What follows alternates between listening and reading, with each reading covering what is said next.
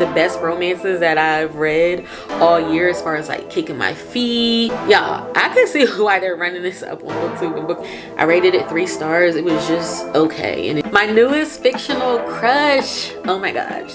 Can we talk about him real quick? Hey chapter besties, what's up and welcome back to another video. For those who don't know, my name is Angie. I read romance, suspense, historical fiction, lit fic, contemporary fiction. If that sounds like something you're interested in, subscribe, join the fam. I would love to have you. We have a good time over here. Now, I know it's the end of July, we're pushing August, but I had to do my mid-year recap, okay? I love watching these, I love seeing these, I love doing them because it kind of, I like just seeing where I'm at in the middle of the year versus where I'll be at the end of the year. Like, will I still have the same favorite book?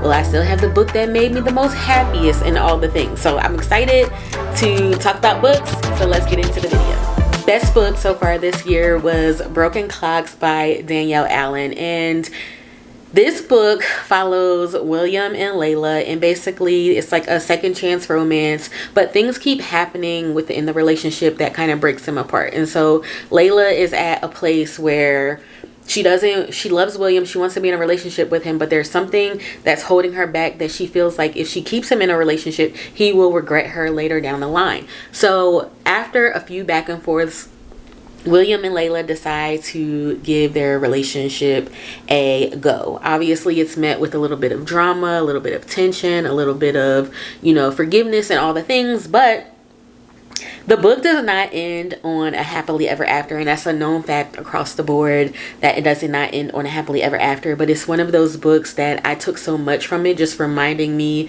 to say what I mean and mean what I say, and time really truly waits for no one. And so that's all I'm gonna say about that. That was literally, I think about William and Layla to this day. And so the best series so far is a Fire Company 143 by Danielle Brooks, because there's Danielle Allen and then there's Danielle Brooks, and I always confuse the two, but they're both phenomenal authors, so you can't go wrong with either or. But Fire Company 143 by Danielle Brooks, and then there is the Lost and Found series by Natasha Bishop. Obviously, y'all know I love these ladies so much, so I can't choose between the series. The series really are like the best romances that I've read all year as far as like kicking my feet, squealing, like all the things. And I love these series to death. And I'll obviously have a series playlist, so I will be doing once all the books come out, I will be doing a full review on this series, so you guys can get my thoughts on that. But those are my favorite series so far. I just don't have time to go through all 6 of the books, but yeah, check those out. You won't be disappointed. 2025 new releases I haven't read but really want to read is reading If I Stayed by Brittany Cherry. So I want to read what this book is about because I keep seeing it on BookTok, I keep seeing it on Booktube, and I'm like, okay, y'all have made me believers that I need to go read this book. So it says, there once was a man who loved me until he forgot every memory we've ever shared. Gabriel Sinclair would forever be my first best friend, my first kiss, my first love, and my first heartbreak. The accident that nearly took his life ripped the memory of me from his grasp, and for the last decades, I've let the guilt of that one terrible night keep us apart. It took me years to make peace with the fact that he would no longer be in my life. So when he shows up as the architect for my new home, my world's tossed upside down. Now I'm trapped in a loveless marriage, raising a child while Gabriel stirs up feelings I thought were long buried. It feels like my soul is waking up after years of being in a deep slumber, and my controlling husband will do whatever it takes to keep us apart. I know I should push Gabriel away to protect him from the shadows surrounding me, yet I can't deny the hope that blooms whenever he's near. The chance that he might remember me, that we could reclaim the chapters of our story that we've lost. Nothing good could come from us. But I can't help but wonder what would happen if this time he stayed. There once was a man who loved me, and now he's my only hope for tomorrow. Y'all, I can see why they're running this up on Booktube and Booktube, because that sounds so freaking good. I cannot wait to dive into it. My most anticipated release for 2025, the second half of the year. So let me look at my notes for this because there's a few of them. So the first one is When I Should Have Stayed by Max Monroe, and they are a duo like Christina Lauren, the authors that wrote Love and Other Words. So two females, probably besties, that are writing books together, and that is the second book in the Red Bridge series. And I'll tell you guys about book number 1 later down the line because it's definitely on the list for something. Also, Smoke and Mirrors by Danielle Brooks. That is part of the Fire Company 143 series that I told you about, so I'm excited about that. And also, a close third is What Happened to the McCraes by Tracy Lang. So I think this is considered contemporary fiction, maybe literary fiction, but I don't really think it's a romance or like a suspense or anything like that. So yeah, I'm really interested in reading those and getting those off of my hit list for 2025. So the biggest book to surprise me was The Conditions of Will by Jessa Hastings. So this is a new author to me. I am in the process of getting into Magnolia Parks very soon. So yes, this is my first Jessa Hastings book, and it did not disappoint. This was another book that was being ran up on Booktube and BookTok, and I'm like, I just have to go get this book. The cover wasn't that appealing to me. It was just interesting, but yeah, I'm like, let me just go read it. So I went into it totally blind, and so it follows a woman who is kind of like the black sheep of her family. She like goes against the grain, like all the standards, but she's lovable. She was such a lovable character at the same time. So anyway, her father dies. She ends up going back home where her mother is trash, her sister is trash, and the brother is gay, and he is also an alcoholic. Well, the brother brings the love interest to the female main character. His name is Sam, to the house because he is his Alcoholic Anonymous sponsor. Okay, so we have some family drama happening. We have some tension between Sam and the female main character, between Sam, the female main character, and her brother. So yeah, it's just like, it's a lot going on, and the family dynamics are very realistic as far as like jealousy and having favorite children and treating your children differently and sending them away for different things, because there's really nothing new under the sun. And this was really relatable with all the family drama, but it definitely shocked me.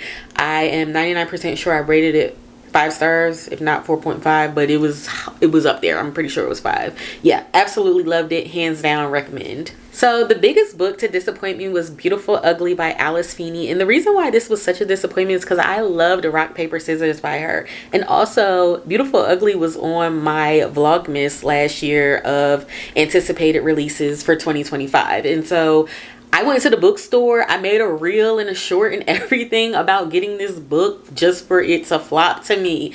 It just didn't give thrilling. It didn't give, I don't know. It just wasn't what I expected from her. And it follows a man, and basically his wife, he's on the phone with his wife, and she ends up in a car accident. She goes missing or whatever like that. So a year later, he's an author. His publisher is on his behind. He goes to this island to kind of write and decompress and get away from his sad feelings and all that things.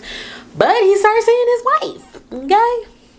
It unfolds from there, and yeah, just wasn't thrilling to me.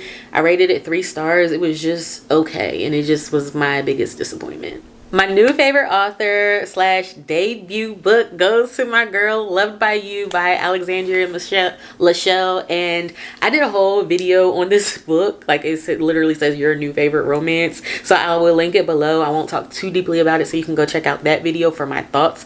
Obviously, I loved it because I created a whole separate video for it. But it is a second chance romance from what I can remember. It was a lot of drama leading up to the couple getting back together. She kind of had her guard up basically because he had hurt her in the past. And so yeah, that's pretty much the gist of what I can remember about the book. I loved it, absolutely. But yeah, check out the video that I'm going to link below, and you can get a deeper dive into my thoughts and my feelings on the book. My newest fictional crush, oh my gosh, can we talk about him real quick? Oh my god, I love him. It's Russ from plus size player. Okay, plus size player follows Nina. So first of all, I feel like I'm a little bit sexist because this book is part of the Curve series by Danielle Allen, and I thought I was going to get like a heavyset man, but no, it's Nina who is the friend to the female main character in Curvy Girl Summer, which is book number 1 in the Curve series. By the way, I can't wait for that new book to come out next year. The 3rd book in the series to come out next year. It's going to be good. It's going to be good. I just know it. So anyway, so it follows Nina. And Nina is dating 4 guys. So she's dating the fun one, the funny one, the romantic one, and then the smart one. And so she believes that no one man can give her everything that she needs. So she dates these guys to get what she needs from them. Well, Russ, she finally realizes that Russ is giving her all the things. So she pretty much is like just flabbergasted, like, this does not happen to me. I don't believe in this. And yeah, so as their relationship progresses, there is the plot kind of thickens because something happens to kind of keep their relationship at bay, I guess you can say.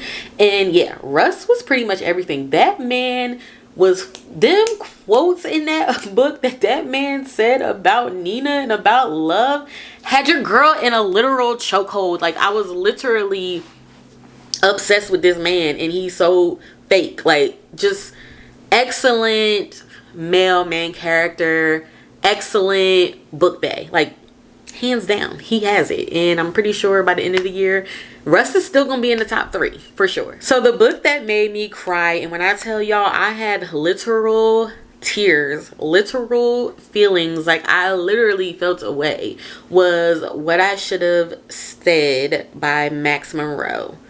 Was it What I Should Have Said or What I Should Have Stayed? When I Should Have Stayed is the second book. So What I Should Have Said by Max Monroe.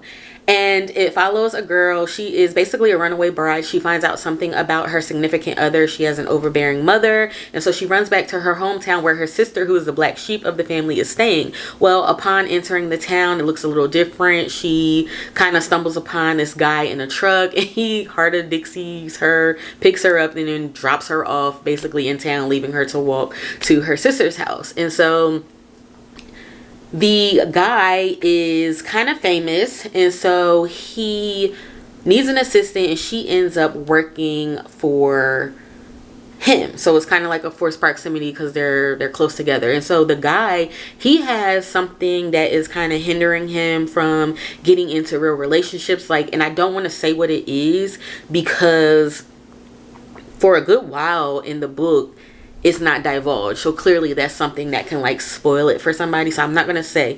But that part of the book is what literally had me in freaking tears up until the ending. Like the spiral, like it literally just, and it's not one of those tears where, oh no, don't read the book. No, read this book, y'all. It literally tugged at my heartstrings. It literally just had me all in my feels to the point where I went and got the second book in the series the next day, and it's told it in dual point of view, which is my favorite.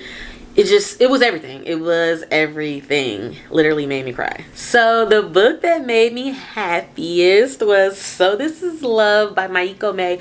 I'm 99% sure I pronounced her name wrong because I subscribed to her on YouTube, if I'm not mistaken, and she did pronounce her name, so I know I said it wrong. I just can't remember how she pronounced her name, but her book is bomb. I read a book by her last year. I forget what it was called. Take a Chance or something like that. I don't know. But anyway, this book just, when I tell you I was laid up in the bed, kicking my feet, squealing, like doing, like all the things this book made me do. You literally watch, I think her name was Layla too, and Sunny. He was an R&B singer. You literally watch them fall in love. Like, it is the most beautiful slow burn, and I'm starting to realize your girl loves slow burns now. Like, it literally just reading them fall in love, and it just was the most beautiful thing I've ever read. Well, one of the most beautiful things I've ever read. Just seeing how they progress from running into one another, how they feel like this pull towards one another, and just how they fall in love. And yeah, it was amazing. Highly recommend that. Absolutely loved it. So the most beautiful book that I bought in the first half of the year, I would have to say, let me pull it off my shelf. It's the Kristen Hanna book, True Colors.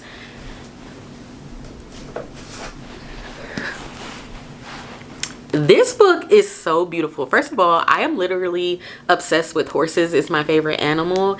And yeah, the sunset of it, like the purple, just everything about this book is so beautiful, and I cannot wait to read it. It's definitely a 500-pager book, so it's gonna take might take a minute to read, depending on what I have going on. But yeah, it's beautiful. Like, I can't just wait to have it in my hand and just show it off, like, look at the book that I'm reading. So cute. Yes, most beautiful book. So the books that I want to read before the end of the year, I'm really looking at my shelf right now. I want to read Promise Me Sunshine by Cara Bastone, The Nightingale. I have a Holly Jackson book over here, The Story of My Life by Lucy Score, which was on my hit list. The Summer We Went. Oh no, I read that.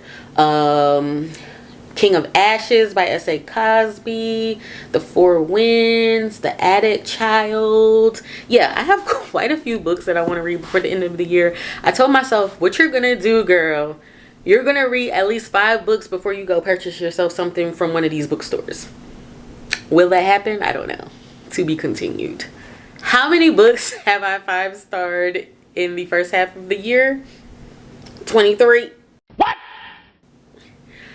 Y'all, I'm a hopeless romantic, and I'm one of those people, like, you got one time to make me squeal and carry on, and I'm definitely 5-starring you. Like, I'm feeling the book so much. So yeah, 23 5 stars for the first half of the year.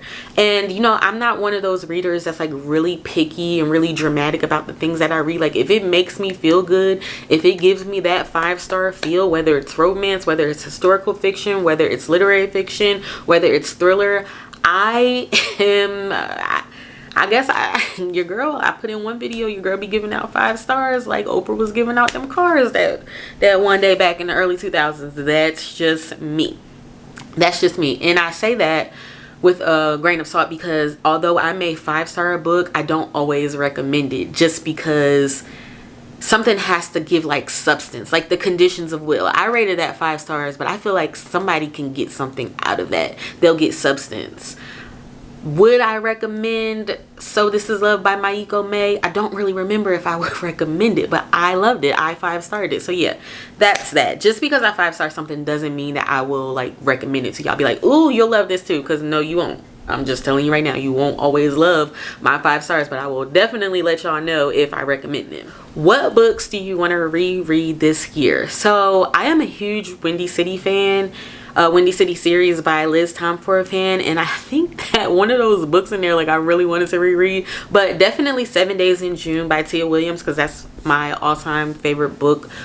Literally just how it was written, it follows 2 people, Eva and Shane, and it tells their story from when they were kids over the course of June and into adulthood. And it's a second chance romance. Of course, I would have that as my favorite book, a second chance romance. And I just love the feeling and the fact that I love romances when they end up not together because somebody intervened. Like, it wasn't them that did something stupid, or them that miscommunicated, or them, like, somebody has stepped in to really physically, or not physically, somebody has stepped in to kind of hinder them from being together. I don't know why I like books like that, but I do. And yeah, 7 Days in June is definitely a reread at some point this year. And lastly, a book I enjoyed with mixed reviews. This is easy, hands down, is Say You'll Remember Me by Abby Jimenez. A lot of people said it was not Abby Jimenez's best book. They did not care for it. And I understood why people didn't care for it, because it was kind of a lot of repeating and a lot of back and forth between the male main character and the female main character about how they are going to navigate their long distance relationship. And yeah, I understand all that, but at the same time, I did enjoy it, just for the simple fact that it was just a cute story, and there were some annoying parts in it. I definitely agree with that, but I enjoyed it overall. I want to see what I can tell you guys about the book without giving it away. Let me see.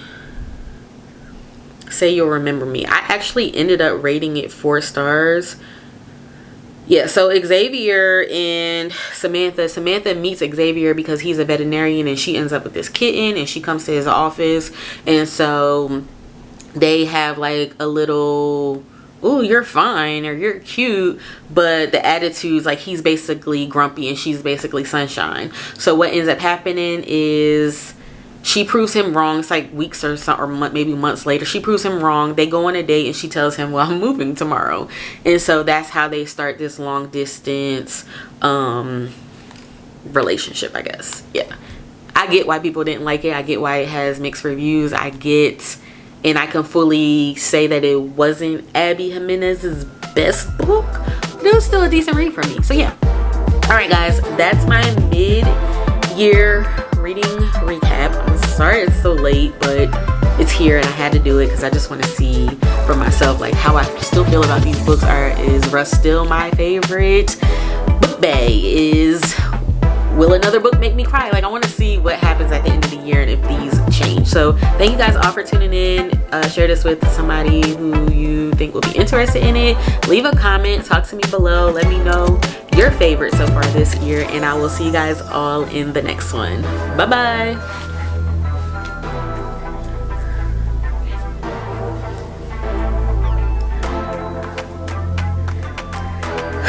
It's good to be back. Hey guys, Broken Clocks by Danielle Allen. Y'all, I'm a hopeless romantic. I am one of those readers that